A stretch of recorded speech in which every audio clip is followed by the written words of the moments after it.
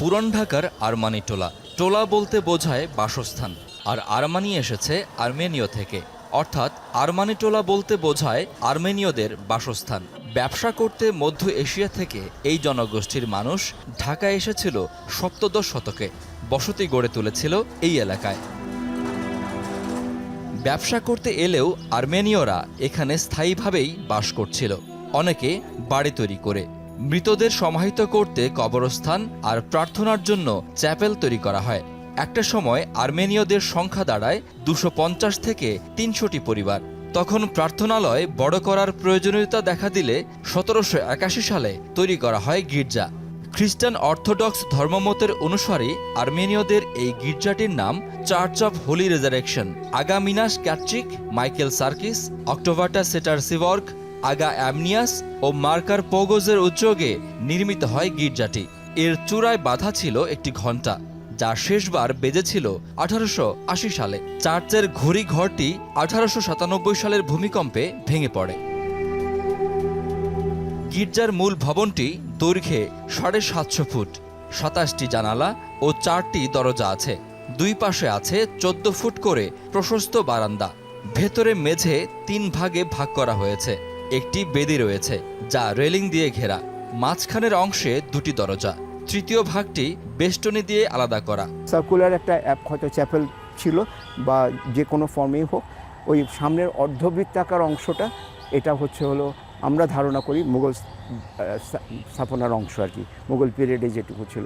এবং বাকি যে অংশটুকু এটাকে সেগমেন্টাল আর্চ বলা হয়। কিছুটা আর কি কার্ভ করা, কিন্তু পুরোপুরি অর্ধবৃত্তাকার না। এবং সেই ধরনের আর্চ দেখতে পাই, ব্যালকনি দেখতে পাই, উপরে গিয়ে আমরা কাঠের যে কড়িবগড়া দেখতে পাচ্ছি সবটাই আছে। তবে বেল টাওয়ারটা ভেঙে পড়ে। গির্জার মূল ভবনের প্রবেশমুখের এক পাশে ওপরে ওঠার জন্য কাঠের সিঁড়ি আছে। পেছনের দেয়ালে আছে একটি মার্বেল ফলক। এখানে আর্মেনীয় ও ইংরেজি ভাষায় রয়েছে উৎসর্গবাণী। 1870 সালের একটি দান বাক্স এবং আর্মেনিয়ান ভাষায় লেখা 1899 সালে ছাপানো একটি বাইবেল সংরক্ষিত আছে চার্চে। ভেতরের বেদিতে আছে বিখ্যাত ইংরেজ চিত্রশিল্পী চার্লস পোতের আঁকা 2টি ছবি। লন্ডনে 1848 সালে লাস্ট সাপার এবং 1852 সালে যিশুর ক্রুশবিদ্ধের ছবি দুটি আঁকার পরই ঢাকায় এনে চার্চের বেদিতে স্থাপন করা হয়। 2014 সালে ছবি দুটো রেস্টোরেশন করা হয়, পাশাপাশি সংস্কার হয় চার্চও। আগে চার্চটা একটু এই সাবকন্টিনেন্টের ধাঁচে পেইন্টিং করা ছিল, প্রেজেন্টেশন করা ছিল। এখন এটাকে আমরা আর্মেনিয়ান চার্চ হিসাবে নতুন রূপে রিনোভেট করা হয়। কিছু কিছু কবরকে প্রায় 1 ফিটের মতো উঁচু করেছি। এটাও আমাদের আগের যে ওয়ার্ডেন ছিলেন মিস্টার মার্টিন, উনি উদ্যোগ নিয়ে উঁচু করেছেন এই কবর এপিটাফগুলোকে রক্ষা করার জন্য। কবরস্থানে চার্চটি নির্মিত হয়েছিল, তাই প্রার্থনা কক্ষের 3 পাশের বারান্দাতেও আছে অনেকগুলো কবর। তবে অদ্ভুত ব্যাপারটি হলো প্রার্থনা কক্ষের ভেতরেও আছে 3টি কবর।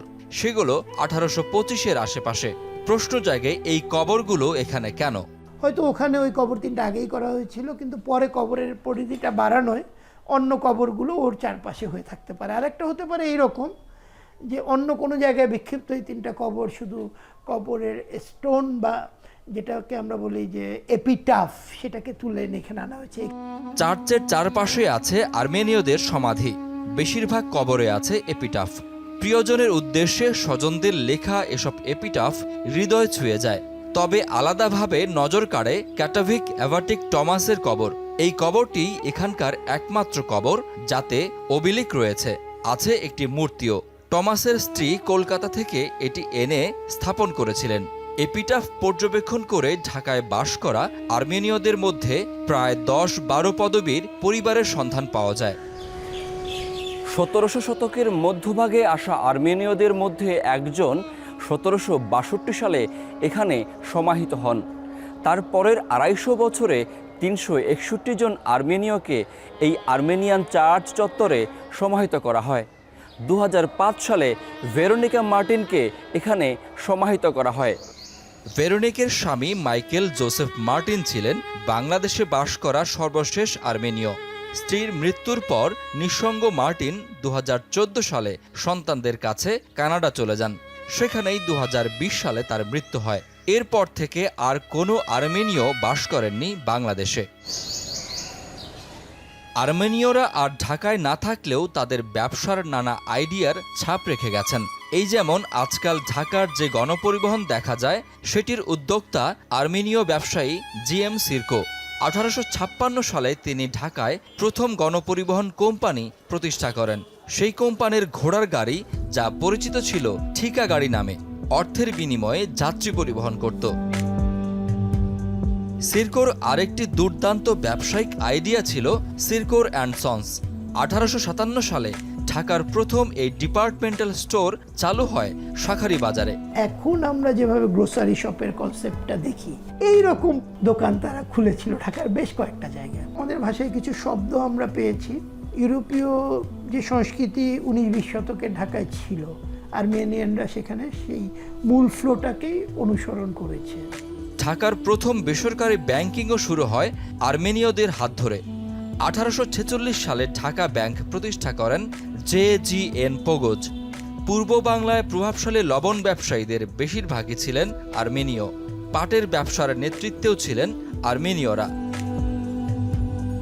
ব্যবসা করে শুধু অর্থ কামানো নয়, শিক্ষায়ও ছিল আর্মেনীয়দের ব্যাপক আগ্রহ। নিকি পোগোজ ঢাকায় প্রতিষ্ঠা করেছিলেন পোগো স্কুল। আরাতুন ছিলেন ঢাকা নর্মাল স্কুলের অধ্যক্ষ।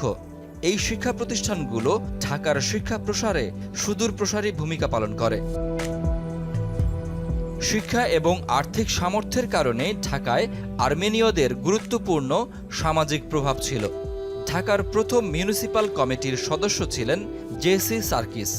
1874-75 সালে ঢাকা পৌরসভার 9 জন কমিশনারের 2 জনই ছিলেন পোগোজ পরিবারের, এনপি পোগোজ এবং JGN পোগোজ। 19 শতকের শেষ দিকে আর্মেনীয়রা ঢাকা থেকে ব্যবসা গুটিয়ে নেওয়া শুরু করে। নতুন ব্যবসা আর বাজার ধরার জন্য তাদের গন্তব্য হয় মধ্য এশিয়া এবং ইউরোপ। এখনও আর্মেনীয়রা আসেন বাংলাদেশে। পূর্বপুরুষদের জমানো স্মৃতি বয়ে নিয়ে যান নিজ দেশে।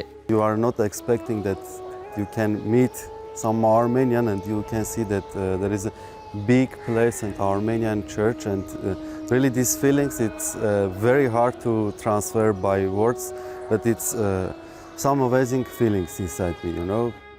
ঢাকায় আর্মেনীয়দের 250 বছরের পথ চলার মাধ্যমে বাংলাদেশ আর আর্মেনিয়ার মধ্যে যে যোগসূত্র তৈরি হয়েছে, তা আরও কাছে আনবে দুই দেশের নাগরিকদের। শাকিল হাসান, যমুনা নিউজ, আরমানিটোলা, ঢাকা।